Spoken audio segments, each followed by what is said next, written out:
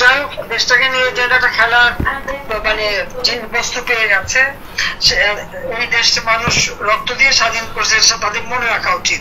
ভিডিওতে দেখা যাচ্ছে ছাত্র আন্দোলনের মুখে ভারতে পালিয়ে যাওয়া শেখ হাসিনা এভাবেই 15ই আগস্ট ঘিরে বাংলাদেশে অরাজকতা তৈরির পরিকল্পনা করছে।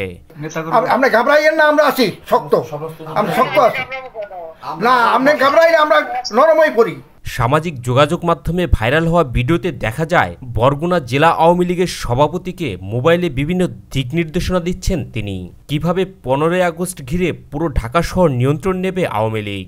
পুলিশ মায়ের ঝুলায় রেখে দেয়, আমাদের কর্মী মায়ের হাসপাতালে চিকিৎসা করতে গেলে তাকে টাইনে এনে ঝুলায় গুলি করে মারে।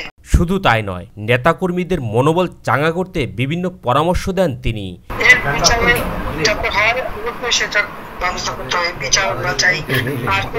এ সময় তিনি বলেন অতি দ্রুতই তিনি দেশে ফিরে আসবেন এবং আওয়ামী লীগ আবারও রাষ্ট্রীয় ক্ষমতায় যাবে। আপনারা যেভাবে আছেন সবাই থাকেন আর আপনারা 15 আগস্টটা যথাযথ মর্যাদার সাথে পালন করেন।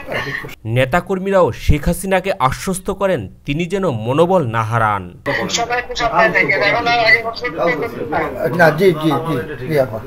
অডিও বার্তায় আওয়ামী লীগের সভাপতি ও সাবেক প্রধানমন্ত্রী বলেন সবাই ঢাকা চলে আসবে, মৌন মিছিল নিয়ে বঙ্গবন্ধু সমাধিতে ফুল দিতে হবে, বাংলাদেশের সব এলাকা থেকে ঢাকা এসে ফুল দিবে, যাদের বাড়িঘর পুড়িয়ে দিয়েছে তাদের থানায় জিডি করতে হবে। আমি আবার বললাম যে আমাদের রক্ষাকারী সংস্থাকে সব রকম সহযোগিতা করবেন।